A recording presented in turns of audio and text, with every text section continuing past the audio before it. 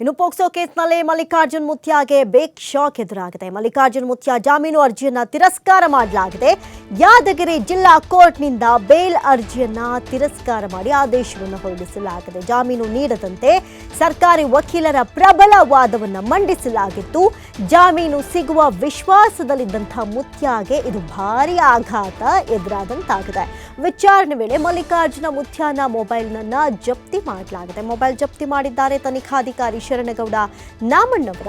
ಗೋಗಿ police ಠಾಣೆಯಲ್ಲಿ ದಾಖಲಾಗಿರುವಂತಹ POCSO case ಇದಾಗಿರುತ್ತೆ. ಇನ್ನು ಬಾಲಕಿಯೊಡನೆ ಅನುಚಿತ ವರ್ತನೆಯ ಆರೋಪದ ಅಡಿಯಲ್ಲಿ ಈತನನ್ನ ಅರೆಸ್ಟ್ ಮಾಡಲಾಗಿತ್ತು. ಆದರೆ ಇನ್ನು ಜಾಮೀನಿಗೆ ಟ್ರೈ ಮಾಡಿದ್ರು, ಜಾಮೀನು ಸಿಕ್ಕೇ ಬಿಡುತ್ತೆ ಎನ್ನುವಂತಹ ವಿಶ್ವಾಸದಲ್ಲಿದ್ದಂತಹ ಮಲ್ಲಿಕಾರ್ಜುನ್ ಮುತ್ಯಾಗೆ ಈಗ ಅತಿ ದೊಡ್ಡ ಶಾಕ್ ಎದುರಾದಂತಾಗಿದೆ. ಪೋಕ್ಸೋ ಕೇಸ್ನಲ್ಲಿ ಇದ್ದಂತಹ ಮಲ್ಲಿಕಾರ್ಜುನ್ ಮುತ್ಯಾಗೆ ಬಿಗ್ ಶಾಕ್. ಯಾಕಂತ ಹೇಳಿದ್ರೆ ಜಾಮೀನು ಅರ್ಜಿ ಹಾಕೊಂಡಿದ್ರು ಮಲ್ಲಿಕಾರ್ಜುನ್ ಮುತ್ಯಾ, ಅದನ್ನ ಕೋರ್ಟ್ ತಿರಸ್ಕಾರ ಮಾಡಿದೆ. ಯಾದಗಿರಿ ಜಿಲ್ಲಾ ಕೋರ್ಟ್ನಿಂದ ಬೇಲ್ ಅರ್ಜಿಯನ್ನ ತಿರಸ್ಕಾರ ಮಾಡಿ ಆದೇಶವನ್ನು ಹೊರಡಿಸಲಾಗಿದೆ.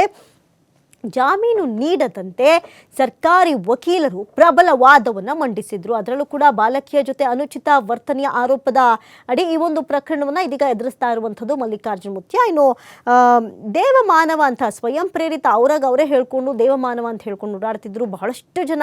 ಇವರು ಬಂದು ಏನೋ ಒಂದು ಶಾಪ್ ಉದ್ಘಾಟನೆಯ ಸಂದರ್ಭದಲ್ಲಿ ಬಂದು ಒಂದು ಚೇರ್ ಮೇಲೆ ಕೂತು ಹೋದ್ರು ಕೂಡ ಅವ್ರನ್ನ ದೇವರಂತೆ ಭಾವಿಸ್ತಾ ಇದ್ದಂಥ ಅನೇಕ ಮಂದಿಗಳಿದ್ದಾರೆ. ಇನ್ನೊಂದಷ್ಟು ಜನ ವಿರೋಧಿಗಳಿದ್ದಾರೆ. ಯಾವಾಗ ಆ ಒಂದು ವಿಡಿಯೋ ವೈರಲ್ ಆಯಿತು, ಮಲ್ಲಿಕಾರ್ಜುನ್ ಮುತ್ಯಾ ಹೇಳೋದು ನನ್ನ ಮಗಳಂತೆ ಪ್ರೀತಿಯಿಂದ ಮಾತನಾಡಿಸಿದ್ದೇನೆ, ಅದನ್ನು ಬೇರೆ ರೀತಿ ತಿರುಚಲಾಗಿದೆ ಅಂತ ಹೇಳಿ.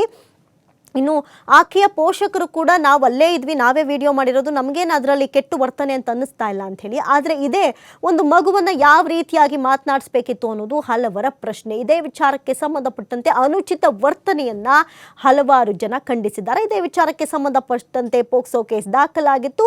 ಜಾಮೀನು ಸಿಗುವಂಥ ವಿಶ್ವಾಸದಲ್ಲಿದ್ದಂಥ ಮಲ್ಲಿಕಾರ್ಜುನ್ ಮುತ್ಯಾಗೆ ಭಾರಿ ಆಘಾತ ಎದುರಾಗಿದೆ.